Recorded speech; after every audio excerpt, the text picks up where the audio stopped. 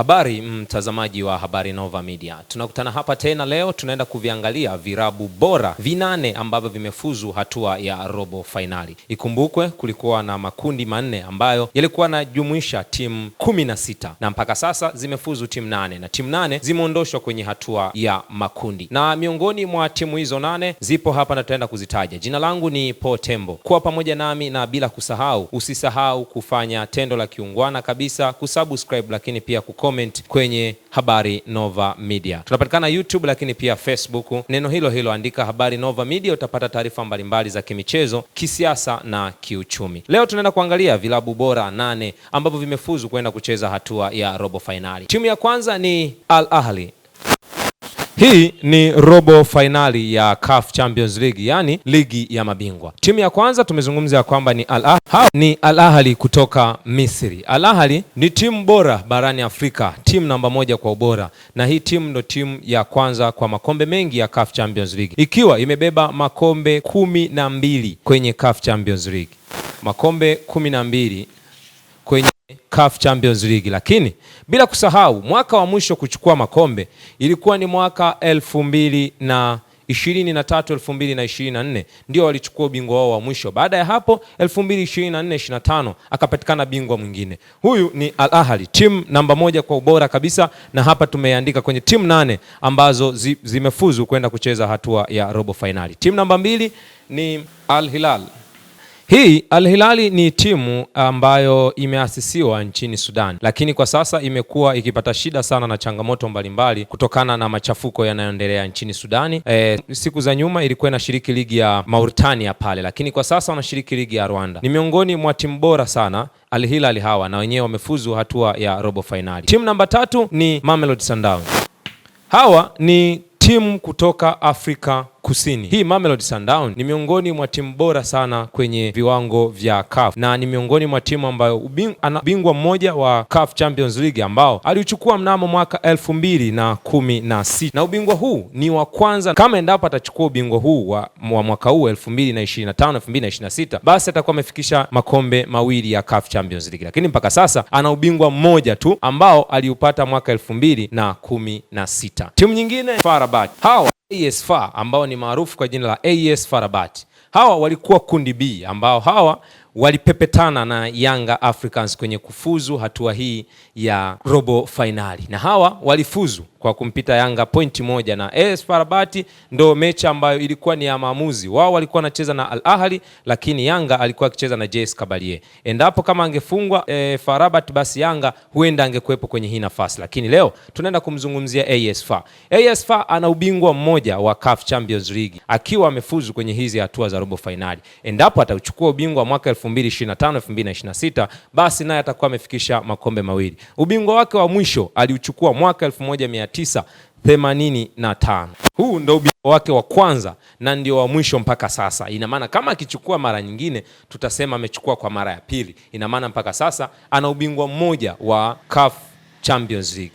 Timu nyingine ni RS Berkane. Hawa walicheza siku za hivi karibuni, walicheza na Simba finali ya kombe la shirikisho, lakini RS Berkane hana ubingwa wowote wa CAF Champions League, na yeye amefuzu. Endapo atauchukua ubingwa huu utakuwa ni ubingwa wake wa kwanza kwenye michuano hii ya CAF Champions League. Timu nyingine ni Stade Malien. Story kubwa kwa Stade Malien, kwanza ni kwa mara ya kwanza wanafuzu hatua ya robo finali. Sio mara ya kwanza tu kwao, bali timu kutoka Mali ikiwa inaenda kufanya maajabu yake ya kwanza kwenye michuano ya CAF Champions League. Ikumbukwe Stade Malien ndio ambao wamebeba historia ya Mali kwenye michuano ya CAF Champions League, kwa maana ya kwamba wamefika hatua ya robo finali. Hawa hawana kombe lolote na hawana historia yoyote ya kucheza robo finali. Ndio kwa mara ya kwanza wanaenda kuicheza robo finali. Lakini kama watafanikiwa sana, watakuwa kwa mara ya kwanza wanaweza wakawa ni mabingwa kwenye michuano ya CAF Champions League, na wakaandika rekodi kubwa zaidi ya kwamba kwa mara ya kwanza wanafuzu hatua ya robo finali, kwa mara ya kwanza wanafuzu hatua ya nusu finali, lakini kwa mara ya kwanza wanaubeba ubingwa wa CAF Champions League. Hawa walikuwa kundi moja na timu kutoka Tanzania, yani Simba, lakini na vilabu vingine kama Esperance de Tunis, Petro de Rwanda pamoja na Simba ambaye tayari nimeshamzungumzia. Walifuzu tena wakiwa vinara kwenye kundi D ambalo lilikuwa linahusisha hizo timu 4. Huyu ni Stade Malien kwa mara ya kwanza, hana ubingwa wowote. Timu nyingine ni AS Tunis. Hii ni timu kutoka Tunisia, ni miongoni mwa timu bora kabisa ya kizazi kipya ambayo imekuwa ikifanya vizuri kwenye michuano ya CAF Champions League kwa miaka hivi karibuni. Ubingwa wao wa mwisho kabisa waliubeba 2018-19. Hawa wana mataji manne kwenye michuano hii ya CAF Champions League. 18-19 hawa Esperance de Tunis walibeba mara mbili mtawalia, yani mara mbili mfululizo. Mwaka wa nyuma yake na huu mwaka 2018-2019. Yani 17-18 na 2018 kwenda 2019, yani mara mbili mfululizo. Hawa ni Esperance de Tunis. Hawa wanatokea Tunisia. Wana mataji manne na wanaenda kushiriki hatua ya robo finali. Endapo watabeba ubingwa huu wa CAF Champions League 2025-2026, watakuwa wamefikisha mataji matano mpaka sasa. Na hatua ya robo finali sio historia sana kwao kwa sababu wamekuwa wakifika mara nyingi, na hatua ya nusu finali sio story kubwa sana kwao. Story kubwa kwao ni kubeba ubingwa wa CAF Champions League. Na hawa walikuwa kundi moja na Simba. Tulitoka kumzungumzia Stade Malien, lakini na hawa pia walikuwa kundi moja na Simba, yani kundi D, na wao wamefuzu kwenye hii hatua baada ya kuviangalia vilabu saba, yani Al Ahly, Esperance de Tunis, Mamelodi Sundowns, Al Hilal, timu nyingine ya 8 kati ya zile timu 8 ambazo zimefuzu kucheza hatua ya robo finali.